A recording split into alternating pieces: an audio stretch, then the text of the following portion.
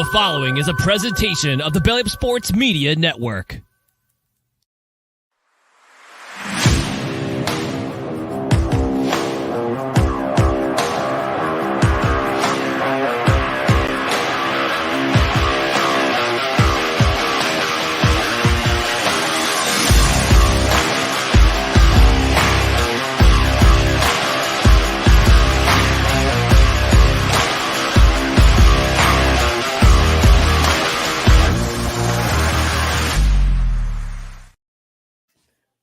Good evening, ladies and gentlemen, and welcome to episode 207 of the Pesky Report, presented by Belly Up Sports.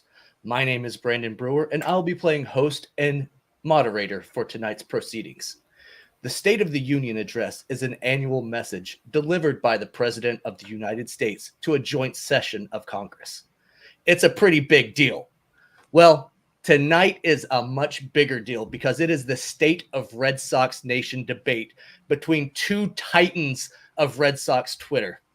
As I introduce the participants, I'd like for both of them to give their opening remarks on the state of Red Sox Nation. Ed Hand is the lead social media specialist for SoxProspects.com, a contributor on Rob Bradford's Baseball Isn't Boring podcast, a weekly contributor here on the Pesky Report, an avid Hogdale enthusiast, and known Chaim Bloom supporter. Ed, welcome to the show. What are your opening remarks? My opening remarks are go Sox, and I plan on metaphorically punching my Dave loving friend Brady so hard that the ceiling, he gets stuck in it. Like his head gets stuck in the ceiling, and he's like kicking, his body's like kicking me, like, let me down. Okay, thank you, Ed. Ryan Brady is a father, a husband, a son, a teacher, and an avid Red Sox fan. As a lifelong Sox fan, Mr. Brady has experienced the highest of highs and the lowest of lows. He is a vocal Dave Dombrowski fan and routinely praises Dom bombs on social media. Ryan, welcome to the debate. Brandon, thank you so much for that introduction. I'm trying to get unstuck from the ceiling. I'm really looking forward to this. Let's go. And Ed, I'm coming for you. So, Brandon, you're going to have your hands full. Really excited. Awesome. Thank you guys both for being here. I'm very excited to get things going. So with that in mind, we have had several questions that have flooded the Twitter handle for the Pesky Report, and each of us individually have received several questions from fans, fellow contributors, and all around just people that want to know what's going on with Red Sox Nation. With that in mind, we're going to handle this just like any presidential debate, where one of you will get to answer a question, and then the other will be allowed a short amount of time to give your response. Brady, you won the coin toss, and your name is also alphabetically first, so you get to go first. In your opinion, where are some of Dave Dombrowski's greatest strengths and greatest weaknesses? Dave's greatest strengths is identifying the player that he wants and getting that player, not falling short, but getting that player and then some. He's done that countless times throughout his career. He's a winner. His winning percentage as a baseball executive is through the roof. He's a Hall of Famer already. And he just keeps, it wouldn't work in Philadelphia prior to him getting there. He gets there, all of a sudden, little Dave magic dust, and they're right there on the precipice. His weakness, in my opinion, is he's all in every year, right? He always thinks that there's a chance to win. And sometimes going that hard that you hand out contracts that really look pretty awful. Dave's handed out some really bad ones, some really great ones, but man, he finds a guy, he gets him, he gets his man over and over and over again. He's a winner. Okay. Thank you, Mr. Brady. Ed, I would like to ask you the same question, but for Chaim Bloom's greatest strengths and greatest weaknesses. Chaim Bloom's greatest strength is his ability to evaluate pitching talent. Guy literally wrote the manual for how Tampa finds their pitching talent and turns them into just a tank, even if you haven't hurt the guys every year. And also the flexibility that he's able to have with his rosters, being able to plug in players that maybe you wouldn't have thought of to play key roles. You look at somebody like Kyle Schwarber in 2021, who had never played first base in his life and who was also hurt, ended up being a huge contributor down the line. I would say that's his greatest strength. I would say as far as weaknesses go, corner cutting. I think that there's a tendency to, just hope enough of these things will work out where I think examples work best for this. Let's take a look at the Hunter Renfroe trade where they brought in Jackie Bradley Jr. and it didn't go well. That was the corner cutting. So I think that sometimes he sweats the small stuff like that, and it just you hope things work out and they don't, and there's no backup plan if it doesn't. You can say that for Trevor Story this year also, where his elbow might be an issue. That's why we're getting him like out on a discount, and the elbow's an issue. He's not going to play this year. Very good. Ed, you get the first crack at this one. What were Chaim Bloom's greatest moves thus far with the Red Sox? Well, I mean, the Schwarber one was really good. I think that you can really make a case for the entire the entire trade deadline for 2021 that effectively got them into the playoffs. Nobody was expecting much from Hansel Robles, and Big Fudge Davis didn't really contribute a ton, but Robles and Schwarber were pretty huge there. But I think the obvious one that everybody probably comes to mind for is Garrett Whitlock, and snatching him from the Yankees with the 4th pick in the Rule 5 draft, turning him into a bullpen machine, then signing him to I think it was like a 5-year extension right after. Looks pretty good. I also think that Adam Ottavino trade where they effectively bought Franklin German along with Adam Ottavino, and he kind of ran out of gas at the end of the season, but he was a key part of that bullpen, did really well. And, German is looking like a good relief pitcher now, still has some room to grow, but, 97-mile-an-hour fastballs don't grow on trees, and he is on the 40-man roster. So, I consider that a pretty solid move. Very good. Thank you. And Brady, what would you say were Dave Dombrowski's greatest moves as a GM for the Boston Red Sox? First, knowing that he wants Chris Sale, getting Chris Sale, and not including Rafael Devers in that trade. He knows young talent really, really well. He already rebuilt the Florida Marlins years ago after the fire sale and built them back up into contender really quickly. So getting Chris Sale without giving up the key guy, because Michael Kopech's nice. Yoan Moncada is not turning the player that everyone I think in baseball thought he was going to be, and you get an ace, and that's hard to do in baseball. It really is. He also traded for Steve Pearce, World Series MVP. That's pretty freaking good. Eduardo Nunez comes in here and plays a key contributor, a nice role. Nathan Eovaldi, postseason hero. These are not big expenditure moves, right? I mean, Dave Dombrowski shows that when it's time to go out and spend money, he finds the player, he gets it, but it's also some of the subtle moves. He also brought in Alex Cora as his manager, which, in my opinion, right now, other than Terry Francona, is the best manager in baseball, and that's a real credit to Dave and the front office for seeing that. The extension he gave Xander Bogaerts was beyond a team-friendly extension. He got an agent in Scott Boras that does not at all sign extensions. All his players go to, but not with Xander Bogaerts. So I'm uber impressed with the amount of right moves, both for younger players, for signing key free agents, and for making subtle trades. It's just a fantastic job. Very well. Yes. As you pointed out, he did sign Xander to a very team-friendly extension, whereas Chaim was not able to do that. Brady, why do you believe, if that's the case, why do you believe Dave Dombrowski was fired? Huh. I have theories. I don't know. John Henry's wife is she's all right. I don't know. Maybe he did something inappropriate with John Henry's wife. I don't know. I mean, I know. I don't get it. You look in 2016, he comes in after last place, they have been first. 2017, first. 2018, first. It is the first time in the history of the Boston Red Sox that they've won the AL East 3 consecutive years.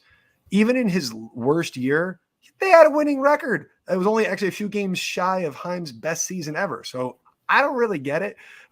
If I would think ownership overreacted like they do all the time on a season that was disappointing in the eyes, and they probably knew that Mookie Betts was coming up for free agency, and I don't think they wanted to pay Mookie what it was going to cost. And Dave Dombrowski probably said, "You're an idiot if you don't extend this generational talent." And I think a huge, just philosophical move. The Red Sox ownership have done this since they've taken over. They're one way, then they're the other way, then they're the one. So I think they wanted it to turn into what were a player development machine. And they didn't entrust Dave to be that guy, even though he's done it before. Earlier in his career with the Florida Marlins, he's shown he can be that guy. So I think philosophical differences. And I think he knew that you don't let Mookie Betts go for Alex Verdugo and 2 guys who probably will never be key contributors. Ed, your response?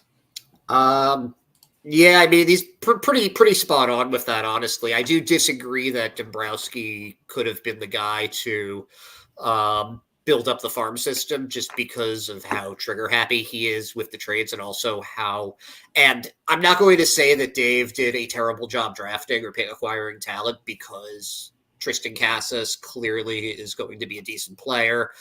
The international team is basically the same through Dombrowski's tenure as it is in Chaim's. Eddie Romero does a really good job there. But, he didn't. And Brady said this earlier, but Dave does have a good eye for talent.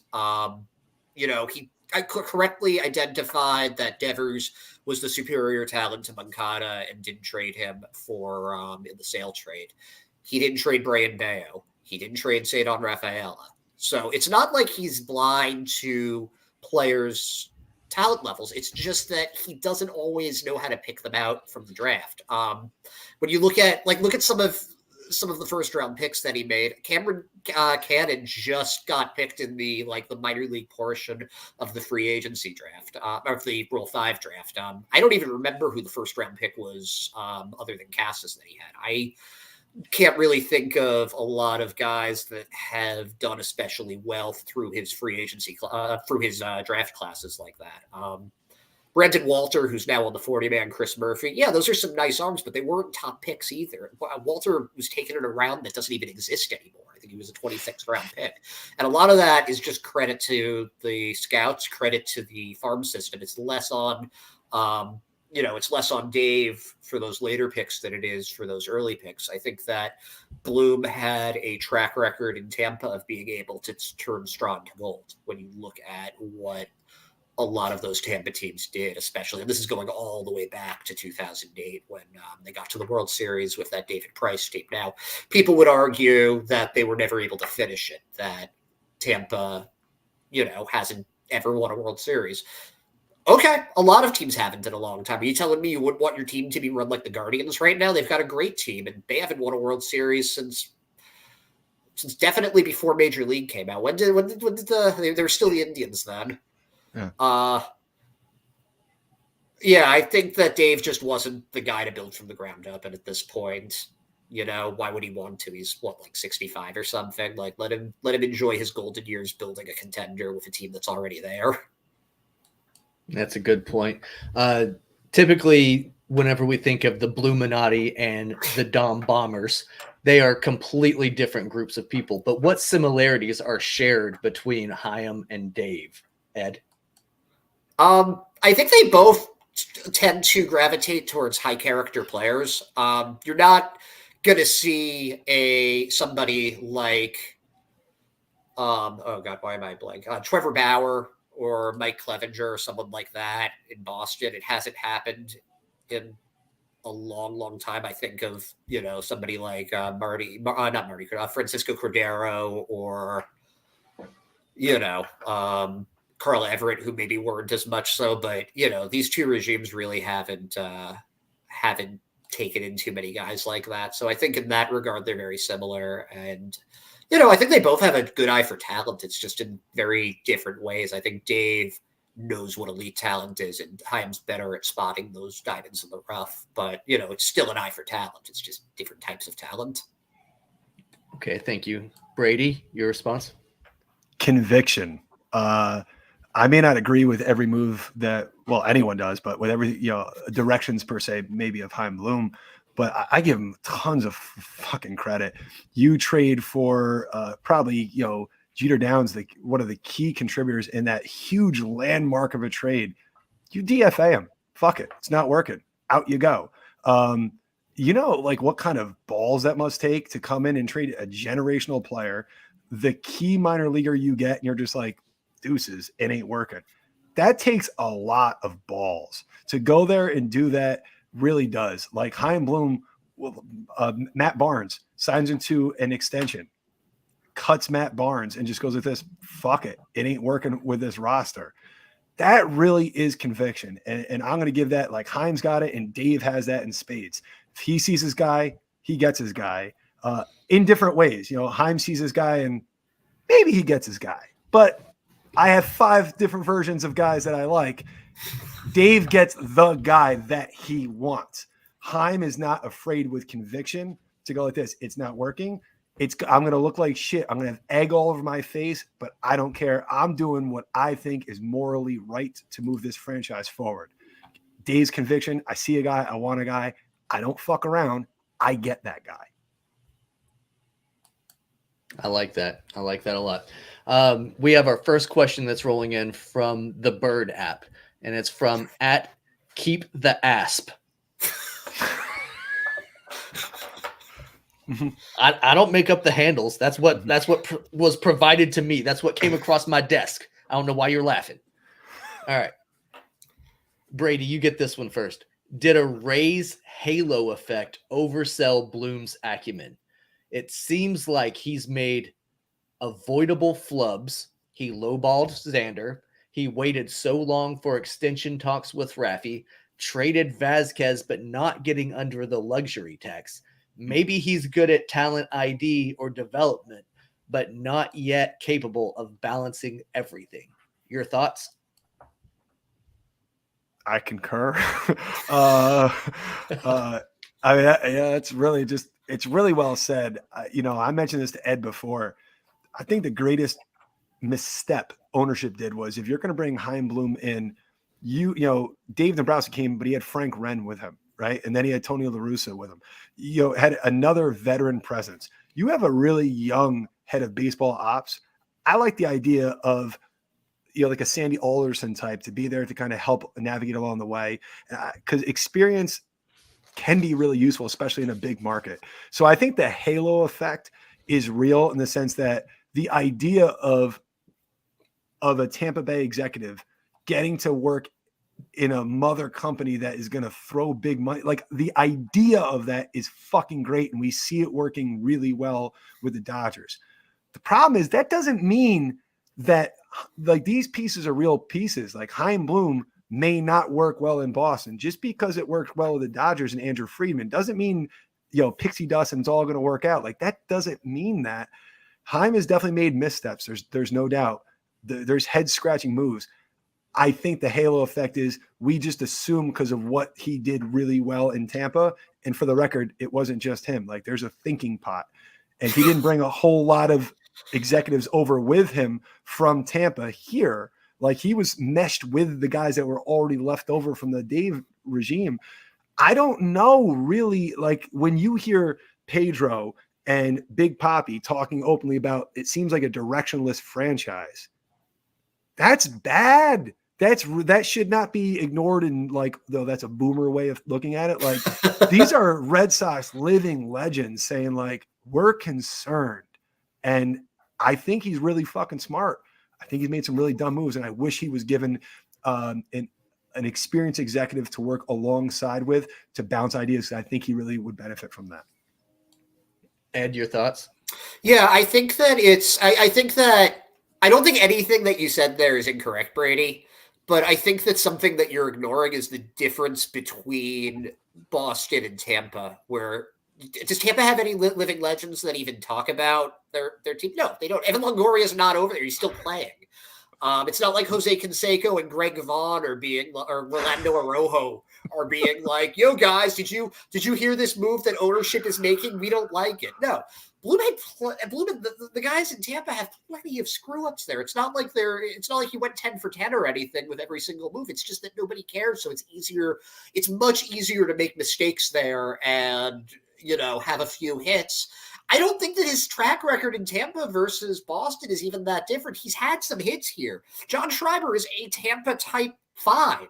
Michael Wacha is a Tampa-type signing. Hell, they even signed him Wacha the year before. Like, it's the same sort of thing. It's just every misstep Bloom has here is going to get blown out of proportion, for better or worse. And that is something that does come with the territory here. The question is ownership going to be reactive to that? And if it's a few years and they're not doing well, do they cut the cord, or do they stick with it for the long haul and say, we know that there's going to be some trial and error with finding these guys? Do we give them the grace they need to fuck around and find out who are the players that fit and who aren't? And that's really the question, because it is very non-Boston-ish to fuck around and find out. We like to win, and there isn't a lot of patience after waiting 86 years to do that. So that's going to be the real question. And as far as conviction goes, this is just my own personal thought. I hope that ownership shows the same conviction that Dave and Chaim have shown. Yeah, it's interesting. After waiting 86 years and finally getting our beak wet a few times, this fan base has grown really impatient for the next championship. Ed, you get this one first, and it's actually from one of our Pesky Report contributors, Doink, and she asks about the Xander extension and ultimately failing to re-sign Xander. I think that kind of flows in with what you were just talking about, but go ahead, Ed. Yeah, and I think, Brady, you glossed over this a little bit, and I don't know if it's 100% to blame on Dave with this, but Dave did kind of include the opt-out in that Bogaerts extension. You can say, like, well, he had to do what he had to do to get it done, but he still put the opt-out in after 3 years when we all knew Bogaerts was going to be in the prime of his career there. Now, you can say they shouldn't have tried to lowball him at the beginning of spring training, but that's what the Red Sox have always done. It's what they always do. The common denominator there is John Henry. He lowballed John Lester. How many times did we think David Ortiz was going to end up going somewhere else? He lowballed Jason Varitek, and they just got lucky that Varitek ended up coming back. Dustin Pedroia signed an absolute sweetheart deal that he only signed because he loved it here. Which oddly enough ended up being not so great for the team because of the injuries. But all that aside, it's a little bit on Dombrowski. It's a little bit on him for putting that for not saying, fine, we'll give you $20 million more. No opt-out. That being said, this has to do with the corner cutting as well. And it does go back to Henry, and it also goes back to Bloom in this case.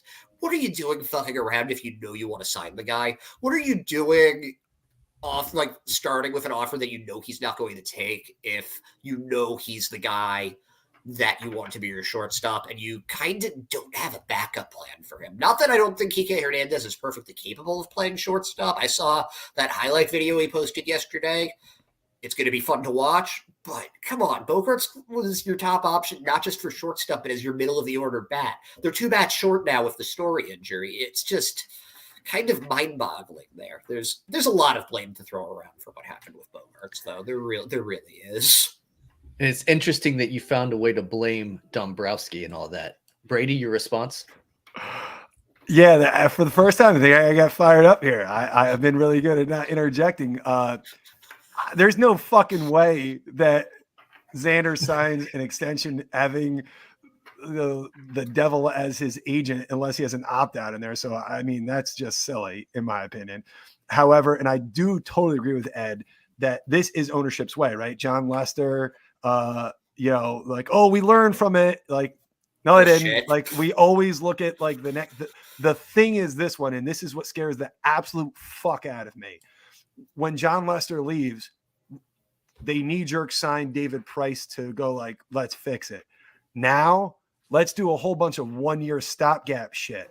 Spoiler alert, that doesn't fucking work. You don't build team chemistry. You don't build morale when everyone's on a one-year fucking deal. Flexibility is cool, but your whole, like, name the teams that really win World Series in the past 20 years that were based upon one-year deals. Even the 2013 Red Sox, Napoli was a 3-year deal. Victorino, 3-year deal. Dempster, 2-year deal. Like, the problem is it's really cool, but you got to build it around other guys. When we look at Dodgers as the method of operation, they'll hand out a fucking 7-year deal, whatever the fuck it was, to Freddie Freeman. They have no problem.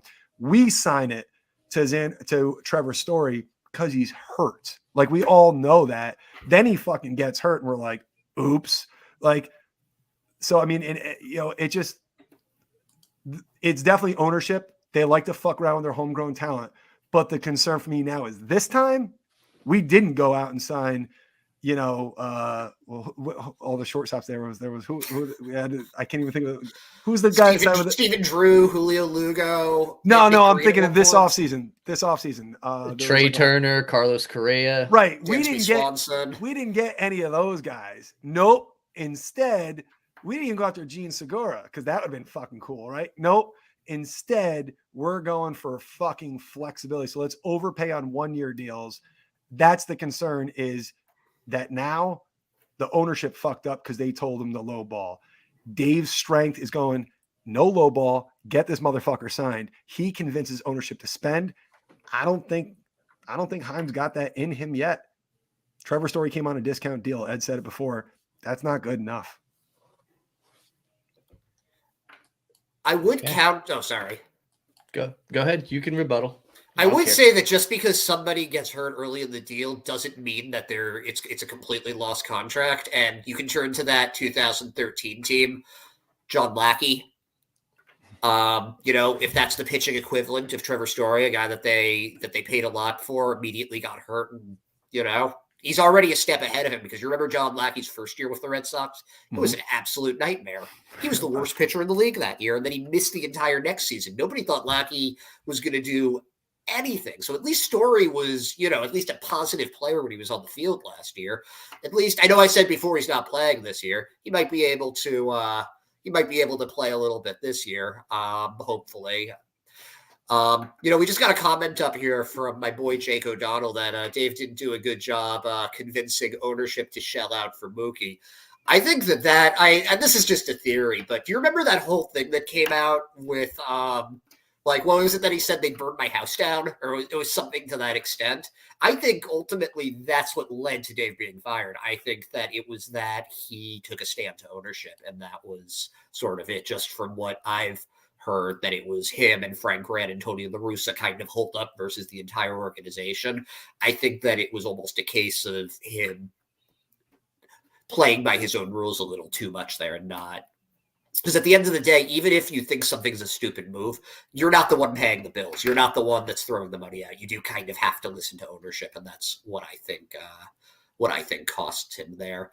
The other thing I want to say really quickly, and this is interesting, and I don't necessarily think it's a good comparison to 2013, but you talk about a core of players, and what I see is a core of players that is up and coming right now. And I think that adds to the insecurity that we have, because is Tristan Cassis going to be able to cut it?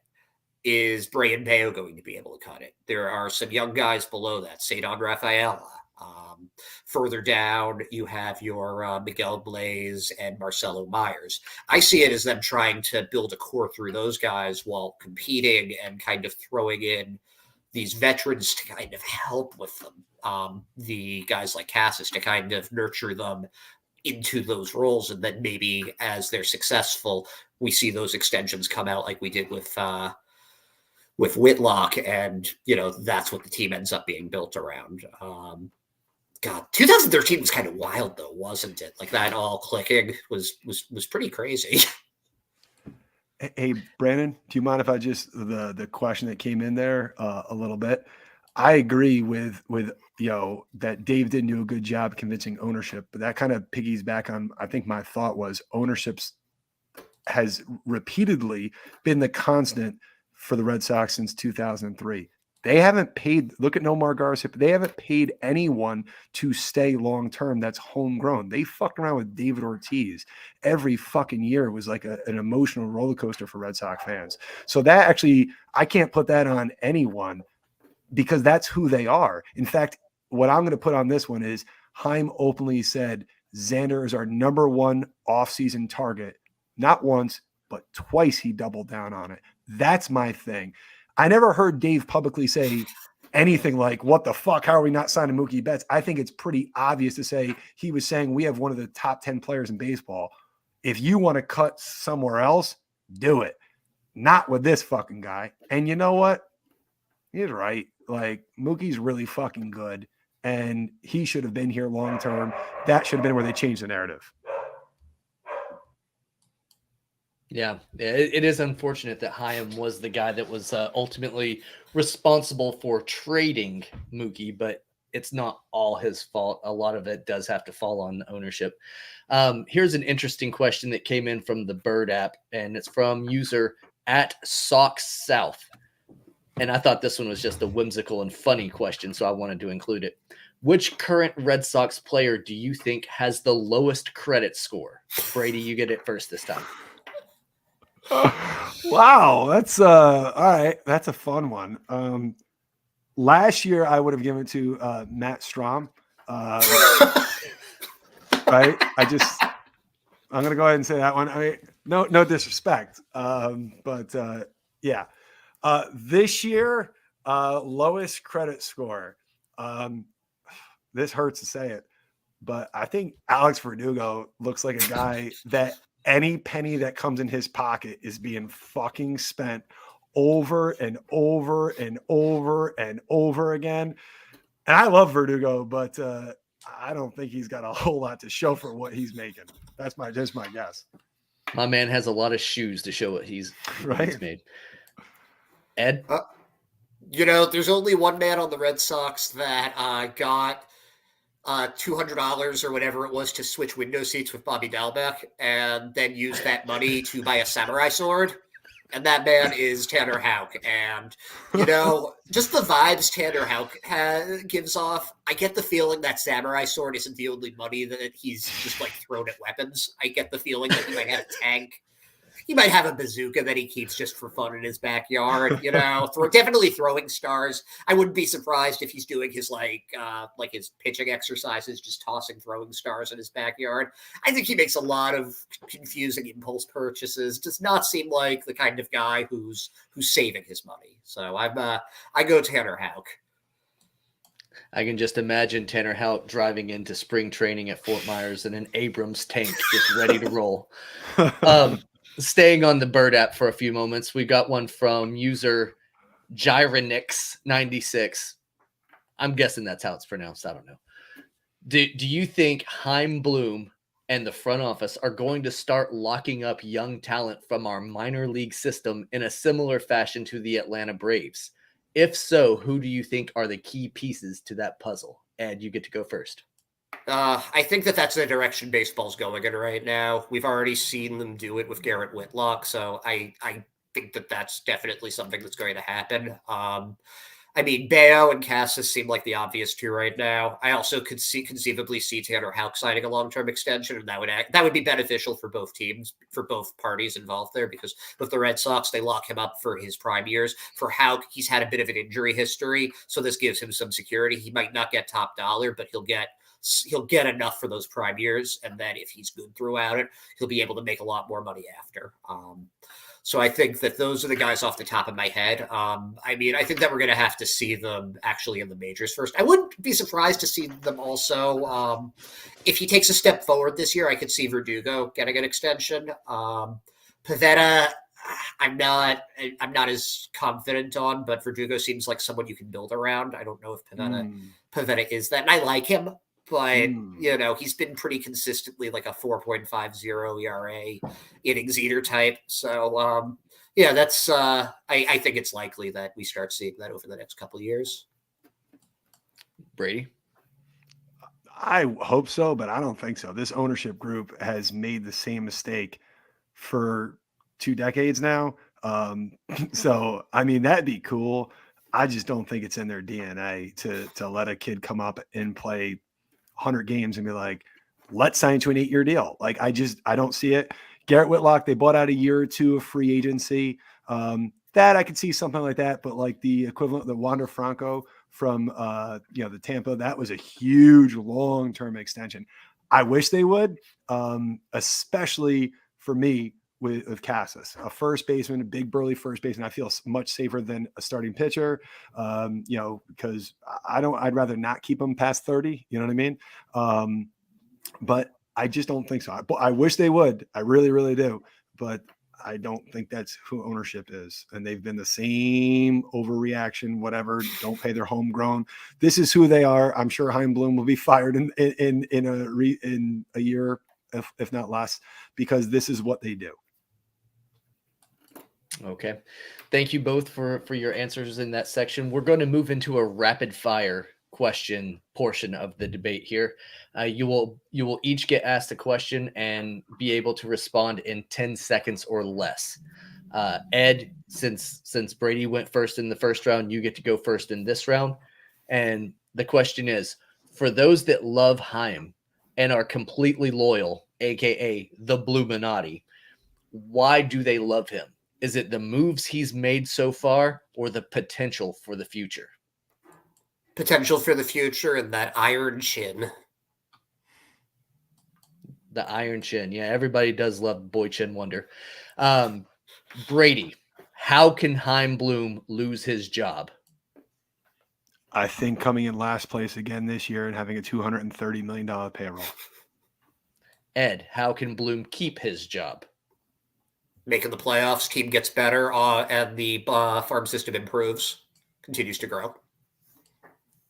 Making the playoffs. That is the goal, obviously, is to win the World Series. If they make the playoffs, that's at least a step in the right direction. Brady, how has Brazier avoided being DFA'd? Because Alex Cora trusts the fuck out of him, and everyone, including ownership, trusts Alex Cora. Okay. Yeah, I guess something's going on there, whether he has dirt on them or something. I don't know. Ed, what is your favorite offseason move so far? For the Red Sox, Devers extension. I think that's pretty obvious. New guys, Yoshida's going to be fun. Yoshida, yeah, I agree. I should have paraphrased or phrased that to say you can't say Devers, but yeah. Brady, least favorite offseason move. Can't say Xander. No, can I say my favorite? Yeah, sure. We got a fucking closer, boys. We got Kenley fucking Jansen. We blew 20 plus games last year, and he blew 7 or 8 from the fucking Braves, but he had over 40 saves. We have a legit closer. Thank you, Chaim Bloom. That was awesome. So that's great. And the worst move of the offseason, and I can't say Xander, I just think is the over-reliance on 1-year deals. Like, there's a reason that they're only 1-year deals. They're health concerns, they're bounce back years. It's just not a good way of doing business. You got to merge the two, but it's too much. It's an over-reliance on hoping things go right. Okay. Ed, do you have a least favorite? I mean, I have a least favorite move, but I would also counter that there haven't been that many 1-year deals. I mean, Duvall has been a 1-year deal. Jolie Rodriguez has an option with his, but that's kind of it as far as the 1-year deals, isn't it? Kluber has one. But there's an option with Kluber's that it's 2-year deals for Martin and Jansen.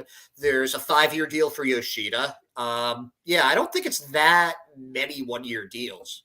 But least favorite move, I guess you can't do a non-move for that. So my least favorite move is probably Jolie Rodriguez over some of the other lefties. Okay, let's try to keep these responses to 10 seconds or less, guys. You guys are chatterboxes all of a sudden. Ed, it's a presidential debate. We don't care about the rules. Yeah, well. Oh, I like that. Do it again. He just hit me. Ow. That is, he just hit both of us. Yeah, slap the crap right out of both of you. Ed, who is someone who's going to surprise people this year? Brandon Walter, AAA pitcher. He's going to end up being a key piece of the team by the end of the season. I like it. Brady? Tanner Someone Houck is that's- going to fucking explode and be the elite setup and baseball guy. And a year after that, they'll trade Kenley Jansen. He'll be like one of the best closers. Okay, like I said, 10 seconds. Is that 10 seconds? Apparently so. Our official timekeeper muted him. So, yes, it was. Brady, for those that hate Dave, what is the perceived reason? Is it justified? They think that he trades away all the talent in the world and his contracts are awful and leaves in a bad spot. Yeah, I mean, it's a little justified, but not. I want to hear what he has to mute say. I'm not going until Brady finishes his thought. Fine. I think the criticisms are fair, right? 100% criticisms are fair, but he should not be viewed as a villain. He didn't leave the team in shambles. He had a job. He did his job, and I don't think fans should hate him at all. He did what he was sought out to do. All right. Ed, why aren't we told what Chaim's plan is or a timeline of when it should come to fruition? I think the timeline, we just, it's kind of impossible to guess what's going to work and what isn't. It takes amount of time for prospects to develop. It's not linear, and that's a big part of the plan. I think that they've tried to tell us what the plan is. I just don't think they're very good at articulating it. I think that team badly needs a new PR. Yeah, I agree. I think it should be one of those things where they say by this time we should be a contender, but nothing has come out in any sort of fashion like that. Brandon, Brady? I think you should do it for the record. I mean, you're controlling this really well. Like if you just said, listen, shut up, Red Sox Nation. I'm going to sit you down and explain what the plan is. I think that'd be good. The problem with that, Brady, is I don't have a mute button for Red Sox Nation. I do. It's on Twitter, but they're going to keep talking in their own little echo chambers, and it's not going to matter. I can at least control it on here, and it mutes it for everyone to hear. So if we brought all of Red Sox Nation onto this podcast, I can mute them all, and it would be a great day. Brady, what are your closing remarks? My closing remarks are Dave Dombrowski should be revered for his time in Boston. He accomplished more than, like, in 3 out of 4 years, it was just top level stuff. He identified talent left and right, made sure that the guy that he wanted is the guy that he saw. He avoided making trades that were awful, found guys off the scrap heap. Ryan Brazier was a pickup, I think, from Korea or Taiwan that played an integral role in the 2018. Never the most successful franchise ever. Excuse me, in 2018 was the most they've ever had. He spearheaded that. If he got ousted because he wanted to extend Mookie Betts at all costs, he was probably just fucking right. I would have loved to have Chaim Bloom come in to be our general manager and join Dave Dombrowski, and the two together probably could have made the mothership. They would have had Theo Epstein. That's what it is. And I think, the problem is Dave, it just feels like you should be able to appreciate both. You know what I mean? Like Dave came in and was a slam dunk success, but the team was not left in disarray. It just wasn't. And 2021, his fingerprints are all over that team, just like Ben Cherington's are all over 2018. Dave did a fucking great job, knew who not to trade.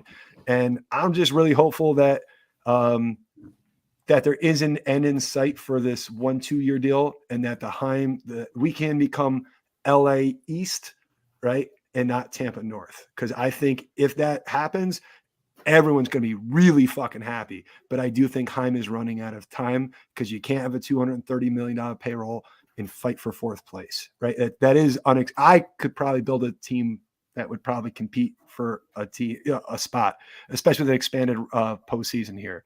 He's got to come in, got to have a good year. I like a lot of the moves.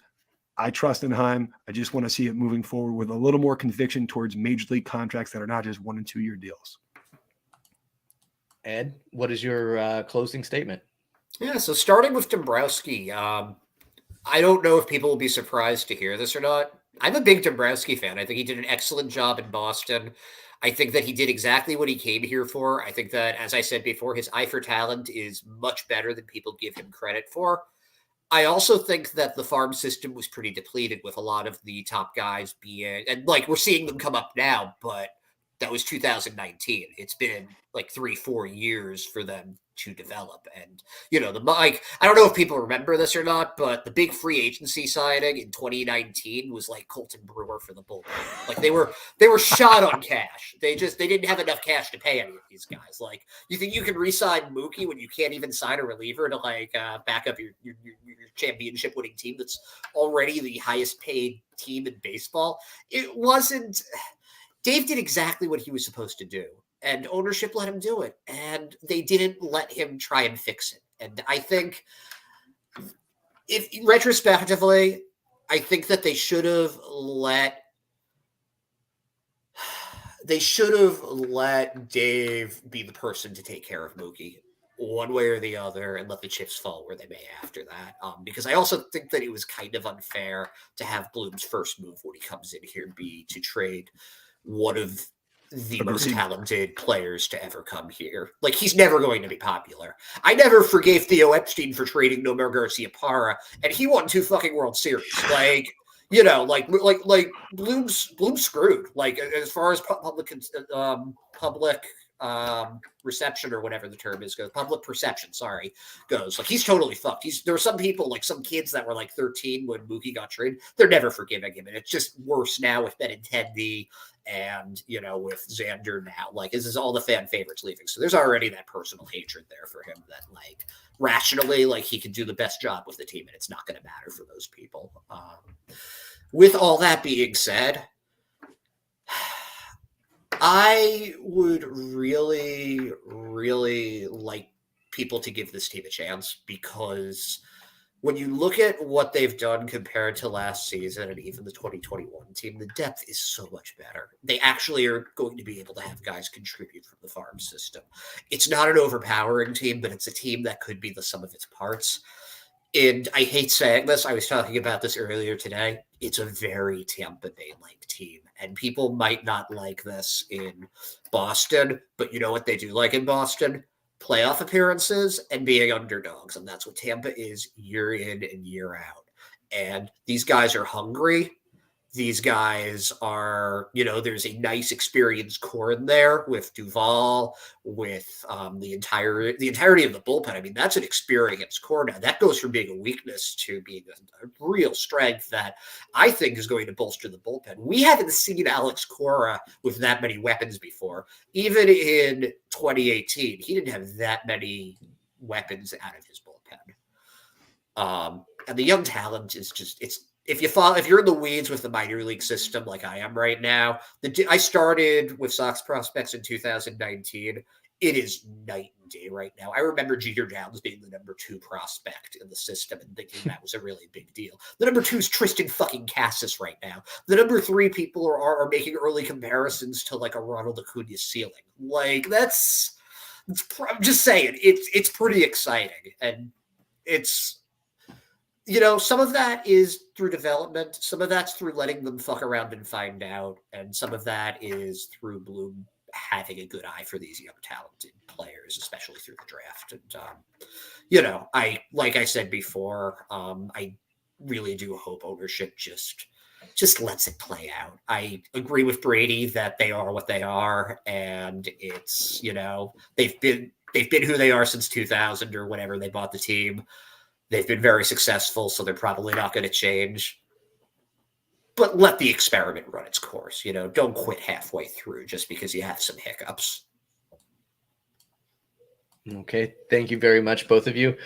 Before we wrap it up, we did have a question that came in that's off topic for Red Sox Nation, but I thought that it might be an interesting thing to add into the tail end of this. And it comes from Bill on YouTube.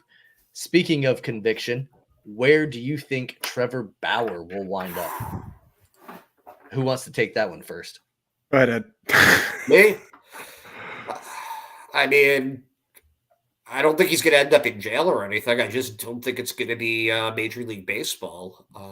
If he does, it'll be like the Oakland A's or a team that, doesn't really give a shit about the perception because they're paying him $700,000 and they'll stand to make more money pulling in fans that way. But I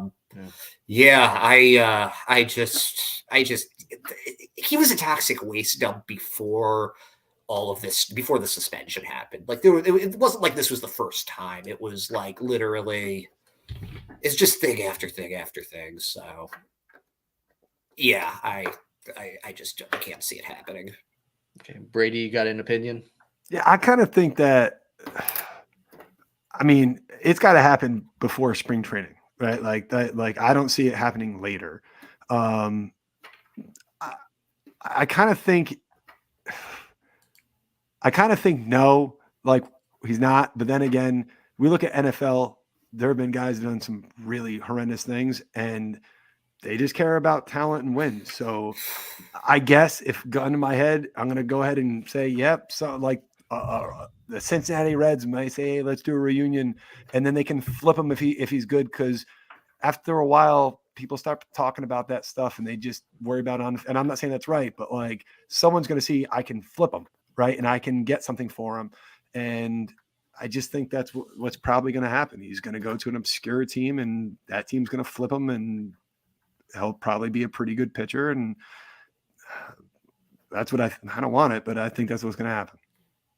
Yeah, I kind of agree that he might end up somewhere just on a whim. And I do know that the Kansas City Royals just signed Aroldis Chapman, so apparently they don't have a problem with douchebag pitchers. So maybe that's a landing spot for him and Clevenger. Who knows? Brady, you wanted to ask a question before we logged off, and we've been building up to it and anxiously awaiting this moment. So go ahead. The floor is yours. So I wanted to ask you both your opinion is I think one of the major reasons that Chaim Bloom was brought in was for fleecing other teams on trades, and Chris Archer in Tampa being, the biggest, selling one. Are you surprised that now that we've built up a lot of depth in the minor league system, we haven't really seen any trades really of super value more than like a rental of Schwarber, which was a great one. But like it doesn't feel like the big trade has come, and this is now over a while. So that's like part A is, are you surprised? And B, crystal ball in it, this time next year, is Chaim Bloom still with the Red Sox? You go first with this, Brandon. You haven't gotten to talk yet, and I got a lot to say. I've talked plenty. Let's see. Answering the crystal ball question first. Is Chaim Bloom going to be in this role with the Boston Red Sox at this time next year? I think it depends on how this season goes. Right. So you got a crystal ball that too. You know what I mean? I think if the Red Sox are competitive, meaning if coming down the stretch in August, September, they're at least in the hunt for a wild card, I think he keeps his job. If they win 60 games and they're competing for first place in the draft, probably not going to have a job next year. What was the first part of the question? I'm sorry. He got a big, I think he was brought in because of, remember the Chris Archer trade, they brought in Tyler Glass. Now, there was so much value. There hasn't been that lopsided trade yet, nor has there been a big, massive trade where they're using depth of their farm system. So I guess what I'm saying is the fact that there hasn't been a massive trade at all, does that surprise you? Yes and no. I did think whenever Bloom accepted the position and was brought in to be the president of baseball operations for the Boston Red Sox, I thought, man, this is a guy that knows how to wheel and deal, and he's going to come in there with blank checks all around, and he's going to have he's going to be able to get the talent that he's able to assess from his skillful assessing days down in Tampa with the budget that Dombrowski is leaving behind, and he's going to be able to make it all happen, and we're going to have a dynasty. That was my first initial thoughts and opinions. he really hasn't done that on the trade market. Yes, he's gotten a few deals here and there that are like, okay, that's not a bad deal. This most recent one where he brought in Mondesi, who has a super high ceiling if he can stay healthy, and all he really gave up was Josh Taylor. That's a pretty good deal in my opinion. But he hasn't really fleeced anyone for a big deal. However, he has signed a couple pretty good free agent acquisitions. Trevor Story was huge. If you go back and look at Twitter, at all of the reports of the time whenever he signed Trevor Story, you would have thought World Series back on because of how big that deal was. Look at how much publicity the Pesky Report gave him. We put up graphics. We had a whole episode dedicated to Trevor Story just signed here. We called it the never-ending Trevor Story or something goofball like that, because that's what we do. Until UCL surgery comes up, then the story ends for a bit. Then you take a break for the sequel. You know what? They had to pause a little bit in between making movies, right? That's all we're doing. We're pausing in between seasons. He signed Yoshida to a 5-year contract. That's a pretty big deal for a guy that's never actually played Major League Baseball.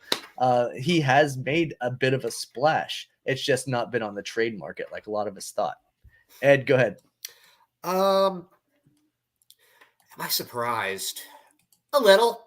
And this comes more with knowing like the depth of the farm system. They have like 4 shortstops right now that would be starting shortstops in most organizations, but Marcelo Meyer's there. So it's like they have Meyer and they also have Brayan Bello and Mikey Romero and Edinson Paulino. These are all pretty legit prospects. So it ends up being sort of a log jam.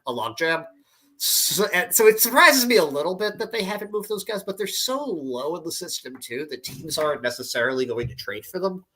So you kind of end up with almost selling them too low, because if they do what they did in high A and double A or triple A, you're going to be able to get a lot more for them. They go from being good prospects to being top 100 prospects in baseball. So I think that they really are playing the long game there. I think that next year is where you start seeing those trades happen. As far as fleecing goes, I'm surprised anybody would trade with Bloom again after that Archer trade, just because that was like, that literally destroyed the Pirates organization for like the next 5 years. That took them back a ways. So I think people are probably a little more cautious with what they deal with. And now, and you're seeing that more in baseball now. Just in general, you're seeing that the Pirates have gone so far back that Andrew McCutchen is now a Pirate again. So that's how far back they've gone. I love McCutchen going back. There's nothing like a homecoming. But I think that managers are not managers, but like, executives are a lot more careful with their prospects now. So you're just not going to be seeing that quite as much. I do want to say something that's a little unrelated with this also. And we had a lot of joking like all leading up to this about Brady, like me destroying Brady and like all of that shit. And I don't think people realize this, but Brady and I are like pretty tight outside of the show. Like we, we talk a lot just like individually. I drove down to New York to catch a game with him last year, hoping to do that a few more times. And it is kind of funny for me because prior to even starting this podcast, I didn't really talk to anybody about baseball beyond like my dad and the people that I do APBO with. And Brady definitely has a different perspective from me. I think that I don't even want to say like a boomer take or anything like that. It's more just that you have like, you value things differently than I do, but that's how people are in like real baseball too. Like different organizations value different things, and you're going to have different people that look for different things. And it doesn't mean that they know less or they know more than other people.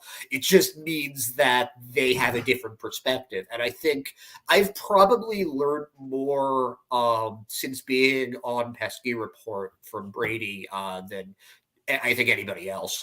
So I really do hope like how much I value your opinion and how much I appreciate getting to have access to that perspective. Dude, thanks, man. It's crazy. Same here. We joke around, back and forth to have a little fun. But Ed's an awesome dude. real good friend, and talking baseball is, if you can't talk and have different viewpoints without getting angry at each other, like that's not what we do. Brandon, you did an awesome job. We talked about throwing the gloves off, but really just a tennis match of smacking ideas back and forth. And because the cool thing is, it's just friends talking baseball. We all want the same thing, and how we get there might be a little bit different, or how we view it a little bit. But I think we can all agree at one simple thing. Let's just let the Red Sox fucking win. Yeah, man. Like, let's just come out and take 2 out of 3 more often than not and win series, and everything will be fine then. And I think that there's a good team on the field that's capable of surprising people. And I want this to work. Like, I am not anti-Bloom, whatever. Ed has brought me over to see the light. Lenny DiNardo made me accept that Garrett Whitlock is a starting pitcher. So I do accept it. And thank you, Chaim, for getting rid of the piece of shit that is Matt Barnes off my favorite team in the world. And thank you for not trading Tanner Houck. I'd much rather have a broken Raul Mondesi's kid than bringing in Kim, who I love. But God, I love me some Tanner Houck. So thank you, Chaim Bloom, for not getting rid of that, because the pen made my gray facial hair go grayer, and our pen is now really fucking good. And I'm really excited because let Alex cook, right? Like, Chaim did a good job. Boy, I wish Xander stayed. Like, man, that would have been great. It didn't happen. Good job with the Devers extension. Thank you. Let's let the Red Sox win. Thanks, Brandon. Ed, I love you. And like, I'm ready for baseball because I think this team can compete.